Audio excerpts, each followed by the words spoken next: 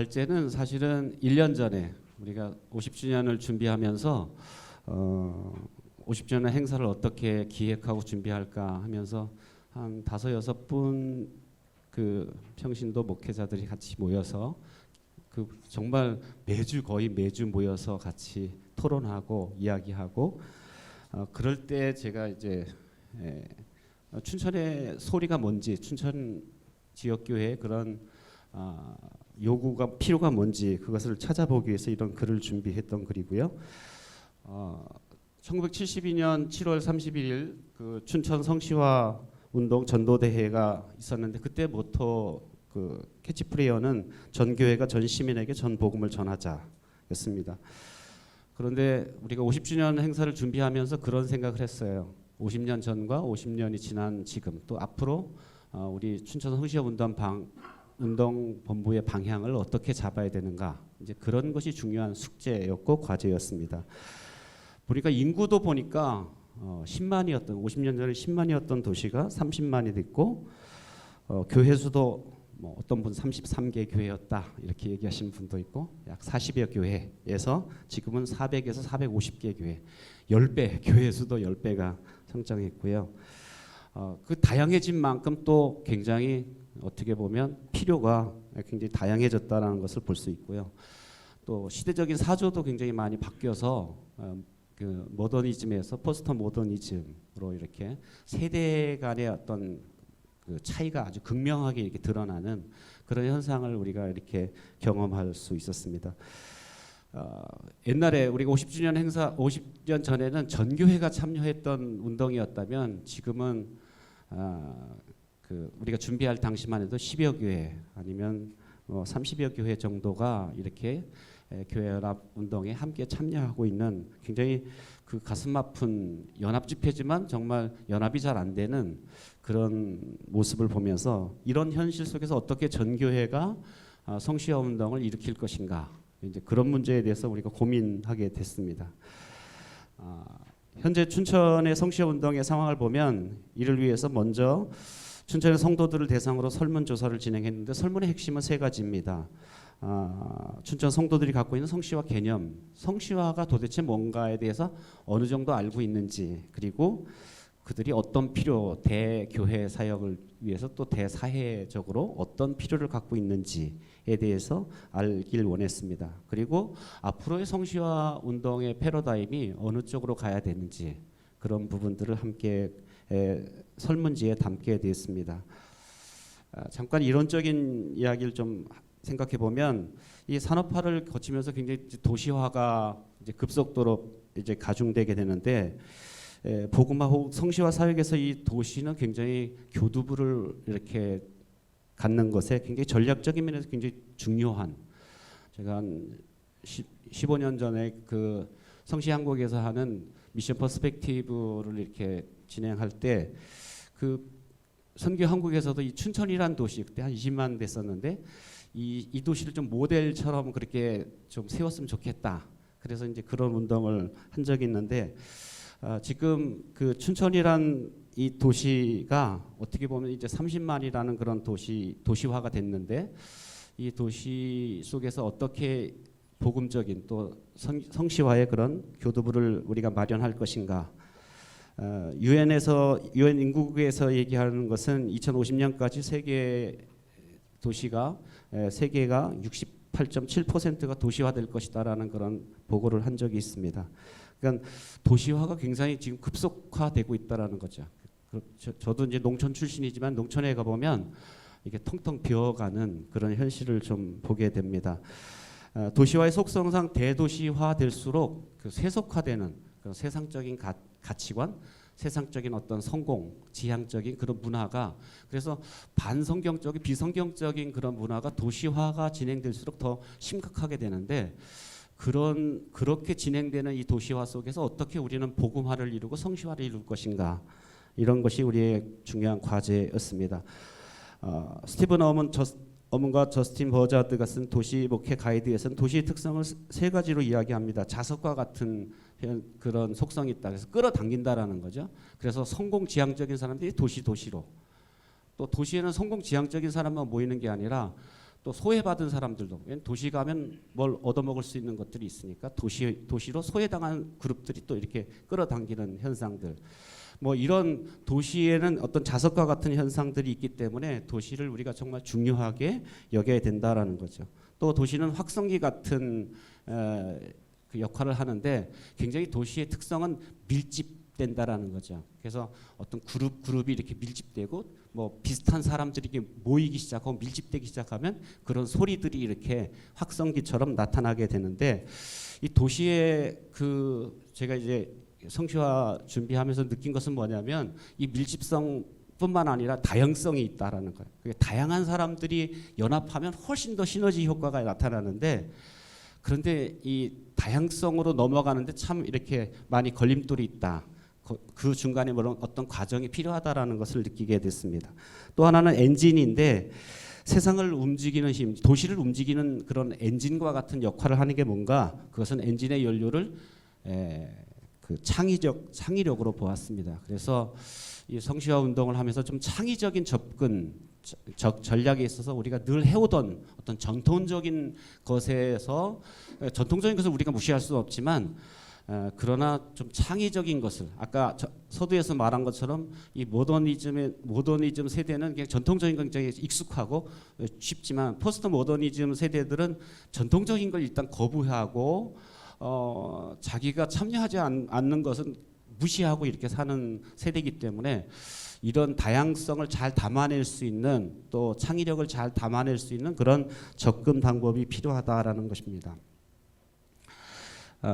현대 도시는 크리스텐덤에서 포스트 크랜덤으로 이렇게 더 이상 이제 기독교가 그 메저리티가 아니라 이제 마이너티가 되는 그런 세상에 우리가 살아가고 있고, 심각하게는 탈기독교화되는 도시화의 문제 속에 보면 굉장히 이 기독교를 거부하고, 뭐 법으로도 그렇지만 이 여론이나 이런 것들이 굉장히 기독교에 대해서 반기독교적인 그런 모습들이 늘어나고 있다라는 거죠. 그래서 이런 세상, 이런 도시 속에서 성경에 기초한 신앙을 우리가 포기하지 않으면서 어떻게 도시 문화의 침투에 들어갈 것인가.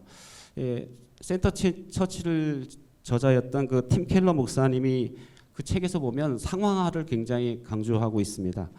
뭐 우리가 상황화하면, 저도 감리교 신학 출신이지만 감리교에서 옛날에 말했던 상황화하면 굉장히 이단적인 그런 부분들이 있는데, 그러니까 복음적인 핵심을 놓쳐버린 비성경적인 상황화가 아니라 성경적이고 균형 잡힌 그런 상황. 그렇다면 우리가 문화를 두려워할 것이 아니라 문화 속에 뛰어 들어가고 문화 속에 함께 들어가서 우리가 복음의 영향력을 나타낼 수 있는 그런 자세가 필요하다. 그래서 도시의 DNA를 확인하기 위해서 아까 앞에서 언급했던 책에서는 당신의 도시가 어떤 역사를 지니고 있는지, 또 어떤 가치관을 갖고 있는지, 어떤 비전을 갖고 있는지, 어떤 도시 속에 어떤 두려움이 있는지, 또 어떤 관습을 있는지. 저도 춘천산이기 때문에 춘천에서 태어나서 춘천에서 60년간 살면서 이 춘천의 이 정체성이랄까, 춘천의 어떤 그런 고유한 특성들을 이렇게 생각해보고, 저는 또 저희 마을에서 사람들이 모습을 보면 이 춘천의 사람들이 좀 다른 도시와가 좀 다른, 그래서 정말 다른 도시에서 목회하던 분들이 춘천에 사역하면서 춘천 좀 이상하다 이렇게 말씀하시는 분들이, 난 전혀 이상하지 않는데 이상하다고 말하는 분들 얘기를 가만히 들어보니까 춘천이 이런 특성이 있구나, 이런 가치관을 갖고 있구나, 춘천 사람들 속에 이런 두려움이 있구나, 이런 것들을 발견하게 됩니다. 그래서 춘천의 소리를 경청하기 위해 설문조사를 했는데, 설문조사 기간은 2021년 11월 13일부터 일주일간, 대상은 춘천에 있는 목회자와 평신도, 응답자 수는 뭐 우리가 이렇게 SNS로 했는데 200여 명 넘게 보냈는데 122명이 응답했습니다. 설문 질문 항목은 6개고 조사 방법은 SNS를 통한 방법이었습니다. 설문 내용은 연령대와 교회 직분, 또 속한 교단, 성시화 운동을 알게 된 통로, 대교회 사역에 필요한 필요, 대사회 사역의 필요, 또 성시신문 편집에 대해 바라는 점, 이런 것들을 함께 담았는데요. 설문 내용을 보면 제가 이 첫 번째 이 요약을 보면서 연령대를 보면서 지금 주체 세력이, 성시화의 주도 세력이 50, 60대구나, 50, 60대구나. 그리고 되게 3, 40대가 좀 저조하다라는 것을 좀 느꼈고 반도 안 된다라는 것. 그리고 이런 모습을 보면서 뭔가 지금 이 다음 세대에 대한 생각을 이렇게 생각하게 됐고요. 두 번째는 규하에 속한 교단을 보니까 감리교 또 장로교, 성결교 뭐 이런 순서대로 이렇게 교단별로 안배가 돼 있고요.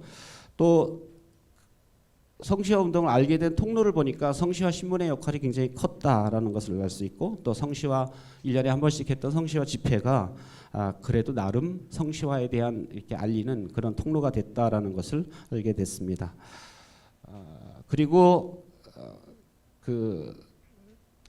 성시화 운동본부가 대교회 사역을 통해 어떤 일을 하길 원하는가에 대한 그런 질문이었는데, 보통 가장 크게 나온 것들이 그 연합성회, 또 전도 훈련과 실습, 또 어린이 전도, 뭐 이런 청년 연합 운동, 이런 운동들에 대한, 그래서 이런 것을 보면서 사실은 우리가 50주년 준비하면서 한 석 달, 넉 달 정도 청년 찬양 집회들을 이렇게 청년 나름대로 준비하고 청년들이 이렇게 진행해 나갈 수 있도록 장을 열어주니까 굉장히 그런 부분들이 활성화되는 그런 부분들을 볼 수 있었습니다.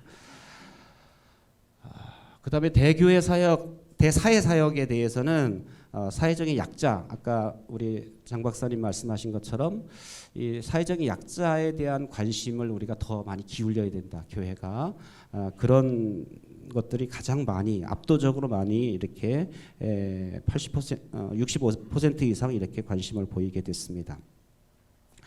설문을 분석해 보면 설문자 수가 400여 교회인데 122명은 굉장히 뭐 작은 참여도가 낮은 편이었다라는 것. 그래서 이것이 뭐 전체의 우리 춘천 교회의 그런 의견이다라고 말할 수는 없지만, 그래도 대략적으로 춘천의 교회들이 어떤 관심을 또 어떤 필요를 갖고 있는지를 알아볼 수 있었고요.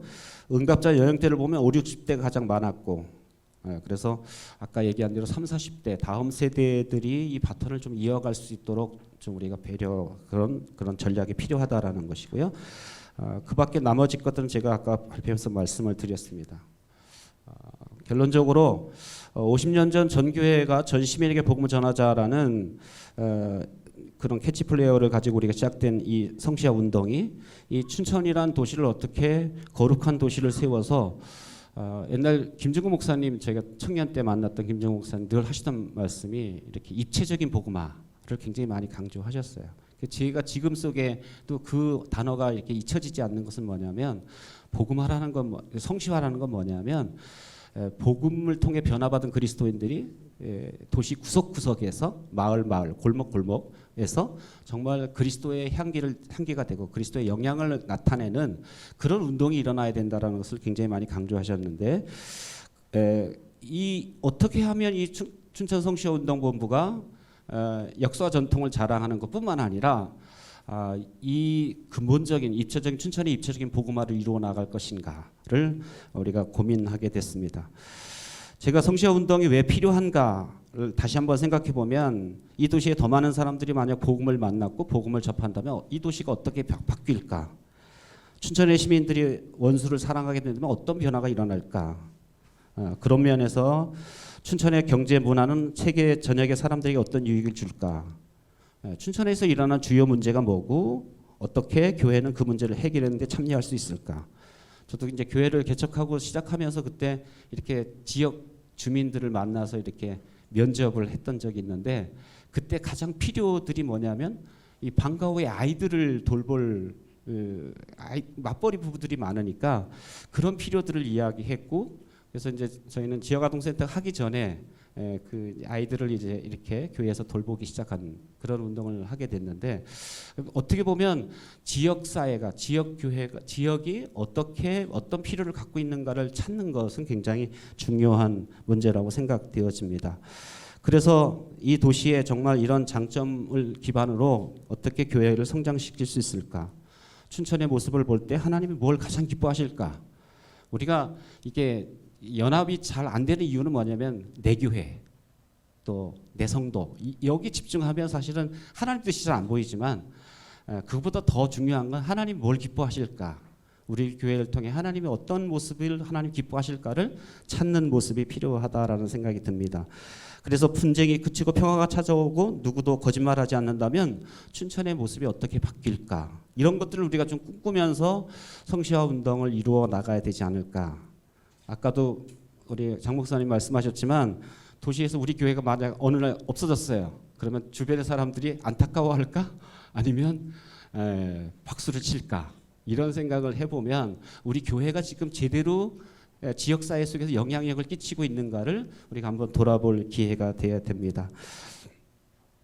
그래서 제가 짤막하게 제 소견을 좀 덧붙이면 성시화 운동이 전 교회가 참여할 수 있는 운동으로 진행되도록 우리가 더 큰 준비, 더 큰 노력이 필요하다라는 생각이 들고, 이 전교회가 함께하는, 이 전교회라는 것을 우리는 전통적으로는 연합집회, 교회 연합운동 이것의 전부라고 생각했는데, 다양해진 필요들을 어떻게 이 성시화 운동이 그것을 담아낼 수 있을까를 우리가 전략적으로 고민해야 된다라는 것이고요. 두 번째로는 저는 영역별로 좀 평신도 지도자가 세워져야 된다라는 생각이 되어져요. 사실 저도 목회자지만 목회자들은 교단, 뭐 신학 이런 것들 때문에 또 선후배 뭐 이런 것들이 분명해요. 그런데 평신도 세계는 좀 다른 것 같아요. 제가 그 80년대 이렇게 성시화 운동이 일어나는 모습을 볼 때 직장에서 그 평신도들이 이렇게 다양하게 운동을 일으키는 모습을 보면서 평신도들이 주축이 되면 훨씬 더 이렇게, 지금은 이제 성시화 운동 본부가 제도화되면서 굉장히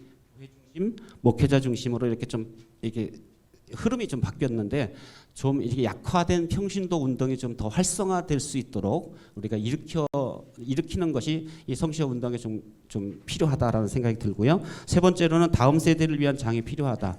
아까도 계속 언급하지만 정말 한국 교회는 이 큰 문제라고 생각하는 것 중에 하나가 이 다음 세대가 비어지고 있다라는 것, 그리고 성시화 운동도 마찬가지인 거예요. 제가 편집장 하다가 이렇게 그만둔 이유도 나만 계속하면 이건 안 된다. 다음 세대가 넘어가야 된다라고 생각했는데, 이제 잘 다음 세대로 이게 다음 세대를 위한 발굴, 또 다음 세대를 이렇게 동력화하는 것, 참여시키는 것, 이런 일들이 계속해서 앞으로 일어나야 된다라는 생각이 듭니다. 고맙습니다.